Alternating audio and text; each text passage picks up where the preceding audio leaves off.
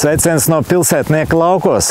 Šodien tāda skaista pavasarīga diena un nolēmu, ka īstais mirklis ir ierakstīt kādu video, kas ļoti daudziem līdzīgiem kā es noderēs. Proti, mēs runājam par lauksaimniecības darbiem. Un šajā ziņā man arī ir milzīga pieredze. Sākumā mēģināju te visu ar saviem spēkiem, ņēmu lāpstu, ņēmu aiz sevis vilku arklu, tad no kaimiņiem ņēmu motobloku, respektīvi. Un tā lēnā garā mēģināju saprast galu galā, ko man no tehnikas vajadzētu, lai man tie zemes darbi vieglāk ietu. Līdz ar to pavadīju diezgan daudz laika internetā, tikos ar dažādiem traktoriņu tirgotājiem, runājos ar meistariem, līdz beidzot nonācu pie secinājuma, kā man vajag mini traktoru. Un lūk, tie veči, kas ir tēmā, tie visu paši zina. Bet tie, kuri vēl nezin, varbūt šī informācija noderēs izvēlēties kaut ko līdzīgu tādu, kā izvēlējos es, kas varētu palīdzēt saimniecības darbos. Proti pavasaris tuvojās, saulīte silda un tūlīt visi dosies uz dārziem, uz lauku mājām strādāt. Jo galu galā mēs taču gribam rudenī novākt kādu ražu.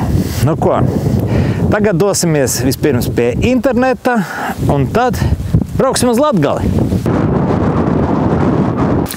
Nu ko, kā jau jebkurš mūsdienās, kā rodas jautājums, tā slēdz iekšā internetu, jo tur pārsvarā ir atbildes uz visiem mūsu jautājumiem. Un, protams, ka mēs sākam domāt par kaut kādu lauku tehniku, tad mēs metamies iekšā internetā. Nu, visdrīzāk, es vismaz tā daru, es eju SSA, kurā mēs varam redzēt, kāda tehnika apmēram tirgu ir, cik viņa maksā, ar ko viņa atšķirās un tā tālāk. Nu, lūk, atverot SS, mēs redzam, kad ir traktori piedāvājumā lietoti un jauni, lielā daudzumā, un arī sētās apkārt mēs redzam, kad ir tomēr kaimiņiem daudz sētā stāvošu traktoru, un pārsvarā tie ir vecie padomju laika Belarusi. Neviens jau nesaka, ka viņi ir slikti, bet man šķiet, viņi ir tik veci un tik smirdīgi. Tas ir viens otrs, tur ir jābūt tomēr speciālistam, vai vismaz tev jābūt ir draugiem, kuri māk šādus remontēt, kur zina, kur rezerves daļas dabūt, un manuprāt, ar viņiem ir liels problēmas, ja viņas nekopit īpaši. Līdz ar to sāk skatīties kaut ko citu. Pievērs uzmanību motoblokiem. Jā, motobloki, sākot ar tādiem, ka tu vari iet turēt viņus, līdz ar tādiem, uz kuriem tu vari apsēsties pats un pārvadāt pat nelielas kravas pa saimniecību. Bet tie arī sākās apmēram no 1000 eiro, apmēram tā, es domāju. Un parunājot ar čaļiem, viņi saka, tomēr, tas kaut kur ir laba lieta, bet viņi diezgan bieži lūstot, respektīvi atrunāja man no tā. Līdz ar to Belarusu mēs varam tur, es nezinu, dabūt pa 1000, pa 1500, bet kurš viņu tagad davedīs līdz kondīcijām, kurš viņu apkops visu laiku, lai viņš ietu? Tāds ir jautājums. Līdz ar to es no Belarusa atteicos, zinot savus spējas mehānikā. Plus man teica, ka viss uzkabs ļoti dārgi sanākšot beigās, lai es viņu varētu nokomplektēt savām vajadzībām. Un lēnā garā mani pārvirzīja uz mini traktoriem. Tā ir pavisam tāda priekš manis neredzēta tēma, un es kā viņā ielīdu iekšā, tā ir tur pazudu, jo tur īstenībā ir tāda izvēle un tādi dizaini, respektīvi man ļoti interesē, un es parunājoties ar večiem, viņi teica, krāj naudu, ņem tādu un nebūs tev bēdu. Līdz ar to ejam iekšā tātad SSA.com, kravas automašīnas, traktori, mini traktori. Un šeit ieliekot pēc cenas, piemēram, sākumā te ir kaut kādi bribambasi, un te mēs atnākam jau līdz pirmajiem mini traktoriņiem. Te ir tādi, respektīvi pāris tūkstoši, es domāju, tur drīzāk viss sāk kustēties kaut kur no trīnīša, jā. Te ir TZ, te arī kaut kādi mazie Belarusi vecie, vēl ir pa divīti MTZ. Reku Kubota pirmā parādās, tikai ar vienu tiltu piedziņu, paveca 2800 eiro. Proti, ap trīnīti tas viss sākās, un Te nu sākam ķert pie galvas un mēģinam saprast, kāda tad mums vajag, cik liela mums tā saimniecība, kādas mums ir tās vajadzības, un tad skatīties, cik galā mūsu sapnis izmaksā. Nu, redzam, ka lētākie ir viens ir tas, ka viņiem ir tikai viena tilta piedziņa, otrs parametrs ir tas, ka viņiem ir zirgspēki, jā, tātad kā jau jebkuram dīzelim. No sākot es redzu ar 11, 12, 13 zirgiem, 14, 15. No apmēram tā, un te atkal nonākam pie jautājuma, kāpēc viens mazāk zirgu maksā 3,5, un otrs pāris zirgu vairāk, viņš jau maksā jau vairākus simtus vairāk. Galu galā, cik tas zirdzīgu man vajag? Nu, rezultātā parunājot ar pārdevējiem, viņi man kaut kādīgi sāk visi lēnā garā noskaņot uz to, ka man vismaz 20 zirgus vajag, jo manas vajadzības tomēr nav tikai dārziņu uzraktur un tam līdzīgi, bet man ir arī pāris hektāri, kurus vajag nopļaut, aitām, teiksim, zālīti, otrs ir, protams, atvest varbūt kādu smagumu, kādu malkas pagali no upmalas. Nu, respektīvi, man pateica tā, ņem 20 un tev viss būs labi. Jo jā, man ir vēl viena ļoti smaga tēma, kas man, kremt. Tā ir izbraukšana no manas saimniecības uz lielāku ceļu. Proti tā ir pret kalnu un ziemā, kad viņa aizputina, tad dabūt kādu, kas man viņa iztīra liels problēmas. Tāpēc es katru reizi, kad dusmojos par to, man galvā nāk doma, ka nevajag dusmoties, bet vajag darīt visu, lai tu pats pārņem savu saimniecību savās rokās un vari droši, kā teikt, iztīrīt ceļu tad, kad tev vajag, nevis gaidīt palīdzību nezinu kurienes. Līdz ar to 20, jā, tas varētu būt apmēram tas, kas man bija vajadzīgs. Varbūt jums arī pietiks nelielam saimniecībām mazāks. Skatāmies, cik tam mums sāk, 20 ar cik mums apmēram ciparu sākās, kur ir 5000, jā, 5000. Tas ir traģiski, jā. Liekas, ka dzīvošu laukos, te viss vispār neko nemaksās, viss būs pa kapēkām, bet kā tu sāc kaut ko nopietnāk skatīties, tā tu saproti, ka tā ir lauka tehnika, viņa ir speciāla tehnika, un pa brīvu neviens nedos. Paldies Dievam, man ir, kā teikt, tāds atbalsts no savas Latgales dzimtas, pateicoties kuram es varu šādu aparātu jau skatīties, mēģināt iegādāties. Par iegādu runājot, es arī no rudens jau par to interesējos, un sākotnēji es biju pat aizbraucis jau satikties tur pie Cēsīm. Minitraktori.lv, tātad viena no tirgotājiem, ar kuriem es iepazinos, pastaigāju, paskatījos, lai vismaz vizuāli saprastu, kādi tie traktori ir, kā viņi atšķirās, parunājos. Un tālāk jau pēc interneta mēs redzam, kad ir arī Latgalē, ir arī Jelgavā. Es noteikti domāju, kad atradīsiet vēl kādu tirgotāju, bet viņu īpaši daudz nav. Tātad man ir doma tāda, ka ar šiem te dažiem video es varētu pievērst uzmanību minitraktoru tēmai, un otrs jums palīdzēt gan tirgotājiem, kas atrodas dažādos reģionos, gan arī pircējiem, jo galā, ja jūs dzīvojat Jelgavā vai jums ir baigi vajadzīgs spērties uz Latgali, uz Aglonu, piemēram, ja jums tur patās ir tirgotājs vai no Vidzemes skriet uz citu pusi. Daudz jau man uzreiz saka, ko tu tur ampelējies, tev jau leiši ir blakus, tie jau ir spicie čaļi, tiem jau cenas būs zemāks. Jā, piekrītu, es redzu, ka ir arī no lēšu puses piedāvājumi, un tur tiešām ir tādi garšīgi piedāvājumi, bet man ar lēšiem negribās čakarēties. Tā tomēr ir cita valsts, ja, tepat pāri upē, bet tie ir citi cilvēki, un galu galā man gribās sadarboties ar vietējiem, kā teikt, dot viņiem iespēju kaut ko notirgot un nopelnīt, un arī pašam, kā teikt, nodibināt attiecības ar pārdevēju, kurš man vienmēr palīdzēs vajadzības gadījumā, un arī tie cilvēki, kas pārdod, viņiem ir arī mehāniķi, kas spēj šos te traktorus dabūt pie dzīvības, ja ar viņiem kaut kas notiek. Jā, tā būs noteikti atkal paralēlā vēl viena tēma, kas visus uzkarinās.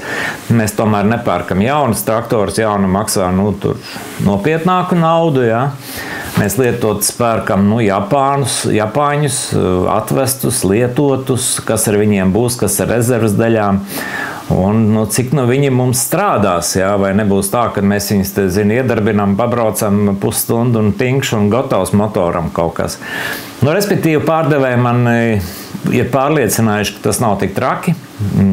Šie traktoriņi ir gan izturīgi, gan labi Japānā konstruēti. Un viņiem ir gan rezerves daļas, gan arī čaļa spēja ar viņiem tik galā, tā kā tur nekāda problēma nav. Tā kā jāmet krusts un jācer, ka tevis izvēlētais traktors būs tas labākais. Jā, tuvojos Aglonai, un te ir pavisam cits gada laiks. Tā ir ziema. Aha, te piedāvā palīgu. Vai man vajag palīgu no Japānas? Izskatos, ka es esmu pareizā vietā.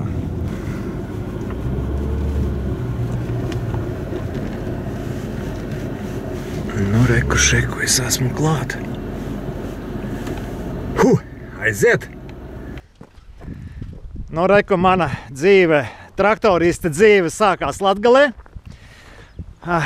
Interesanta vieta, Aglona. Un Reika ir Papa Toto! Vasals! No laukiem. Vasals. Vasals.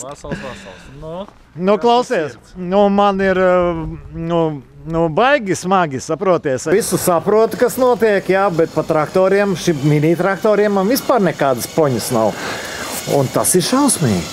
Ja tu esi iegriezies vispareizākā vietā pie mums. Mēs tev varēsim visu sastāstīt, visu parādīt un visu izrunāt ar tevi. Ejam iekšā. Ejam, es tev parādīšu visu. Man jau ļoti patīk šitie saucamie latgaļu šaurūmi. Oho! Paskaties.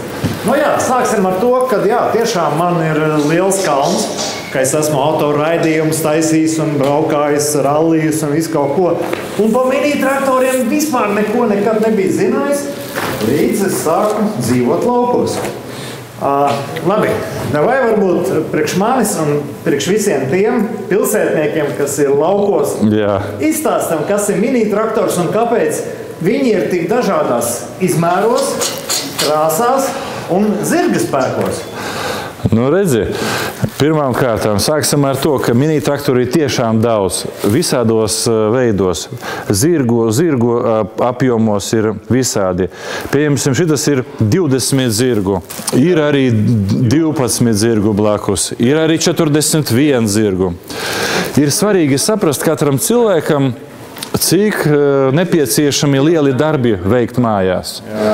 Pieņemsim pļaušana, kāda malku sagatavot no meža. Tāpēc, ko tu vēlies priekš savām mājām? Jā, es vēlos priekš savām mājām nelielu traktoriņu, ar kur es varētu 2 hektārus gan nopļaut, varbūt kādu siena rulli atvest, uzart kaut ko. Un runājot par zirgspēkiem, es momentāli biju uz pauzes, jo man ir maziņš traktoriņš, ar kuru es zāli pļauju, benzīnnieks. Raiderīši šitie, ja? Jā, viņam ir 14 zirgi, un viņš man nifigā neiet. Nē, zini kā, es parasti saku tā, ja tev ir nauda, tu vari paņemt pļāvēju, raiderīti kā tavā gadījumā, un plus traktoru. Bet ja tev naudas ir mazāk, teiksim, ierobežots budžets, tu labāk paņem vienu traktoru. Tu gan varēsi pļaut, darīt, tu varēsi malku atvest, tu varēsi sniegu tīrīt, tu varēsi, nezinu, uz veikalu aizbraukt pēc maizes un tā tālāk. Viens dara daudz funkcijas uzreiz. Tas ir daudz izdevīgāk un daudz funkcionālāk. Jā. Redzim, mēs te stāv šitais te smukais zilais. Viņš man te uzreiz tā piekrīt, bet tas ir man, kā tur, kurā attīstīties. Bet turpat ārā stāv zilais Belarus. Belarus maksā krietni zemāku naudu, un visi vietēji arī braukā Belarusiem. Kāpēc pie tevis nav Belarusu tādā daudzumā? Redzi, par pirmo jautājumu, šitas 41. Es domāju, ka priekš 2 hektāriem viņš tev būs pat daudz. Tas ir tiešām tevai nākotnē perspektīvai, kad tev būs 50 lopi mājās. Tād. Bet attiecās, kas ir uz Belarusu, tas ir mans viedoklis. Tas tā kā aizejošais laiks. Kvalitāte nesalīdzināmi labāka ir Japānietam. Nesalīdzināma labāka Japānietam nekā MTZ Belarus. Es zinu pēc savas prakses, jo es lietoju jau tos 10 gadus. Savā mājā, savām vajadzībām, privātajā. Remontu minimāli. Tikai prieks un kaifs. Vietēji arī teica, ka tās visas uzkabas būs baigi dārgās. Es domāju, pļaujmašīnas, kaut kāda arkli un tam līdzīgi salīdzinoši ar tiem, kas ir vajadzīgi priekš šiem mazajiem traktoriņiem, ne? Uzkabes nepateikšu, ka dārgākas. Viņas visas ir pieejamas. Mums arī uz vietas ir lāpstas, frēzes, pļaumašīnas, gan āmuriņu pļaumašīnas, gan frēzes naži. Neteikšu, ka tas ir dārgi. Tas ir viss pieejami, jo to tu nepirksi katru gadu. Tu nopirki reizi, investēji un tad priecājies. Es priecājos arī ielienot SSA un apskatoties mini traktoru piedāvājumu Latvijas tirgu un redzu, ka te ir pavisam cita pasaule. Te ir tādi aparāti, par kuriem es neesmu interesējies, saprot? Un es domāju, viņi te šie smuki un tādi un šitādi un kantaināki un apaļāki. Acīm redzot, tā ir sava pasaule, kurā mēs tagad esam ieniruši un kurā es nolaidības rezultātā nebiju bijis. Līdz šim nebija ticis, kaut kā palaidi garām to visu. Jā. Redzi, tas viss atšķirība ir vienam pašam Japānietim, vienam pašam valstī. Jā. Ir daudz ražotāju. Jā. Janmārs, Hinamoto, Kuboto, kas jau baigie lielie brendi. Tas pats Mitsubishi, Iseki, Shibaura. Tas viss ir pieejams šeit. Mēli izmežģīt var klausēt. Nē, nekas, es jau pieradu. Man šitāds sarkans patīk. Es tā kā blondīni runāju. Jā, pareizi, droši. Tas Mitsuks tīri forši izskatās un te cipari atbilst, un tas Janmāriņš arī tāds. Man taču vajag, lai smuki ir. Un tajā mirklī, ka es šitā runāju, es atceros, ko es runāju tad, kad mēģināju sev tagad nesen pirkt vecu suvāru. Domāju, pēc kā es izskatīšos. Un te es sev pajautāju, tā manām nav pie dirsas ar tādu modeli es braucu maniem suņiem un kaķiem. Labi, ko es esmu pamanījis, ka mani kaut kādīgi jūs stelējat uz tādu apmēram 20 zirgu jaudu, jā? Jā. Un tu man neatbildēji, kāpēc mans pļāvējs nav tik jaudīgs ar 14 zirgiem benzīnieku, jo laikam tomēr ir atšķirība, vai tas ir benzīnieks vai... Dīzelis viņš ir jaudīgāks, viņam ir tā ķaga saucamā. Jā. Un viņš tādiem darbiem smagākiem dīzeļa motors ir pateicīgāks. Viņam ir cita jauda. Te laikam ir atbilde, kāpēc šie te traktoriņi nemaksā tik lēti kā kaut kādi motobloki, vai ne? Protams. Tas ir tomēr traktors. Tu pats brauc motobloks, tu tur skraidīt pakaļ viņam. Traktors tā ir cita lieta. Te, teiksim, gadi. Es redzu, šitais pats, oranžais. Viņš neizskatās baigi svaigais. Viņš nav no otrā pasaules kara. Nē, no otrā viņš nav, bet pēc otrā. Viņš ir 70. gadu. Viņš ir mazliet vecāks par mani, droši vien. Bet viņam ir stāvoklis ideāls, jo viņš ir kaut kur, iekonservēts bija. Tas ir atkal tādiem retro mīļiem, kam gribās tādu. Arī, protams, bet arī darbam. Viņš, protams, nav 4x4, bet 2x4 un 26 zirgi un 4,300 tikai eiro maksā. Tāpēc viņš ir laba cena priekš tāda lieluma. Acīm redzot, te katram ir jābrauc kā man uz konsultāciju, un tas jāstaigā un jāskatās un jāpiemeklē tas, kas ir tiešām vajadzīgs, vai ne? Droši. Parasti, lai cilvēki zvana man, un mēs runājam, izrunājam ar katru atsevišķi, piemeklējam, piemērojam to, ko variantu. Un te es uzreiz atceros, to es esmu beigais 4x4 mīlis. Un man kādreiz čaļi teica, ka tu uzkāpsi uz kvatras, tu vairs no viņas nenokāpsi. Tas ir pierādāms, un arī traktoriņi man šķiet, ka vajag pilnpiedziņas. Bet tev ir gan tāda, vai ne? Jā, protams, lielākā daļa ir 4x4, bet arī ir mums, kas bez priekšām velkoši arī ir. Respektīvi, tas nav tik ļoti būtiski, jā? Nē, tas ir būtiski. Pirmām kārtām jau caurējamība, piemēram, kādā no meža malku izstiep, tas būtu jau daudz labāk ar priekšu. Vai pat tajā aršanā, frēzēšanā ir svarīgi, lai būtu priekša velkošā. Varbūt nav svarīgi pļaušanas darbos, bet tieši tajos smagajos ir svarīgi. Kvadra tomēr ir svarīgi. Jā, un vēl ir faktors, nav mazsvarīgs - nauda. Tur uzreiz kaut kur 1000 dārgāk. Tas jau atkal, kā tu operē ar to naudiņu un cik tu gribi atvēlēt tam visam pasākumam. Jā, un te es paralēli redzu atkal aparātus, kas ir ar frontālo. Un tur man sieva uzreiz teica, mums vajag tur ķīpas kādreiz, tur vienu ķīpu aizvest vai otru, bet es apstījos SSA apmēram, kā sadārdzinās tas traktors. Tas laikam arī ir jāpārdomā, vai tev viņu tiešām vajag dēļ vienas ķīpas gadā, vai tev ir tomēr vairāk kaut kā. Tieši tā. Tu jau savu budžetu jāpieskaņo pie tā, ko tev perspektīvā gribi darīt ar to aparātu. Protams, universālais iekrāvējs, kā šitam traktoram, tas ir, man liekas, ļoti laba manta.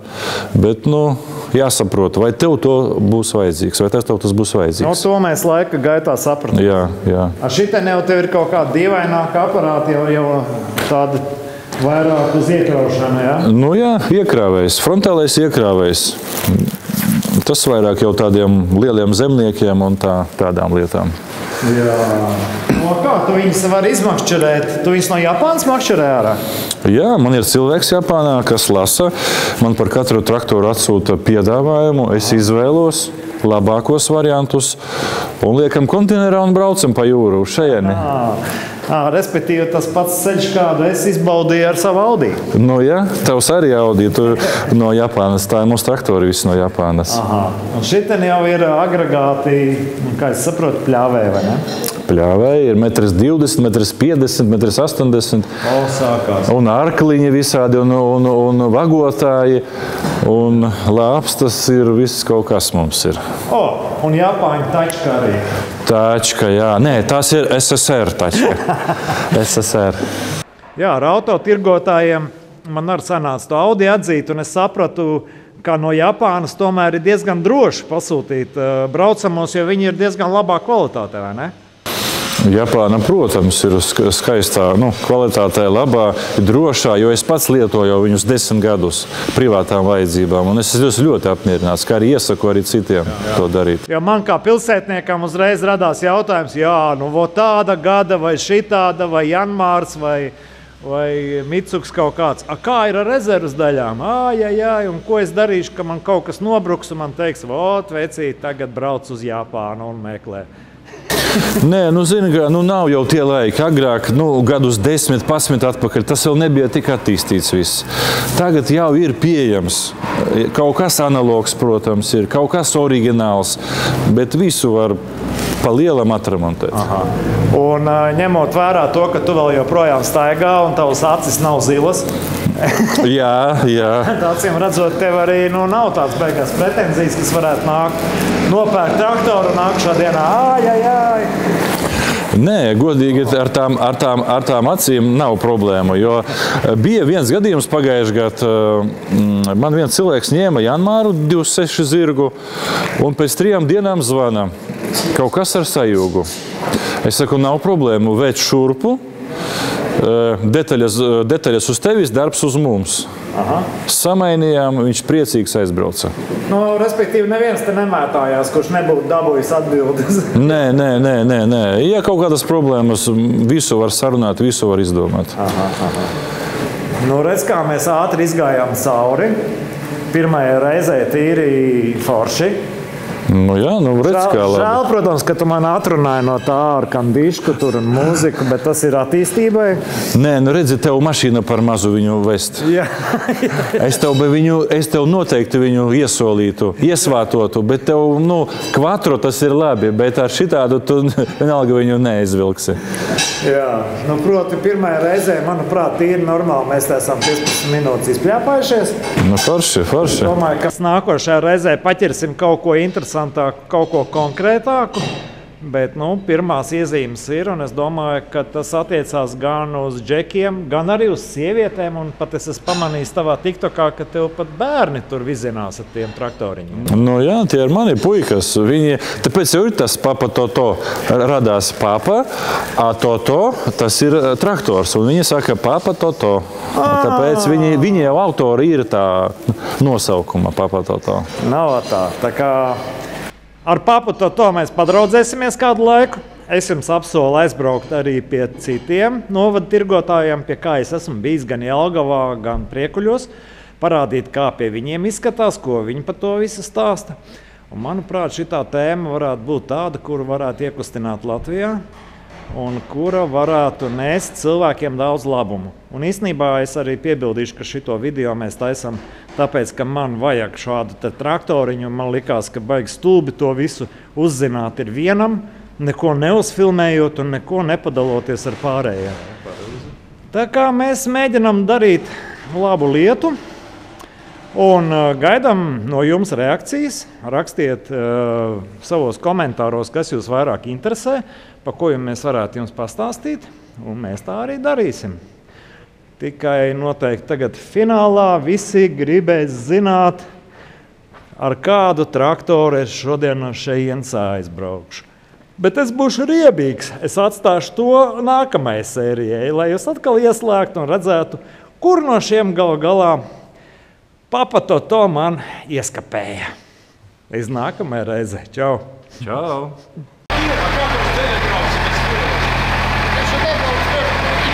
Skaties, 90 nepārsniedz.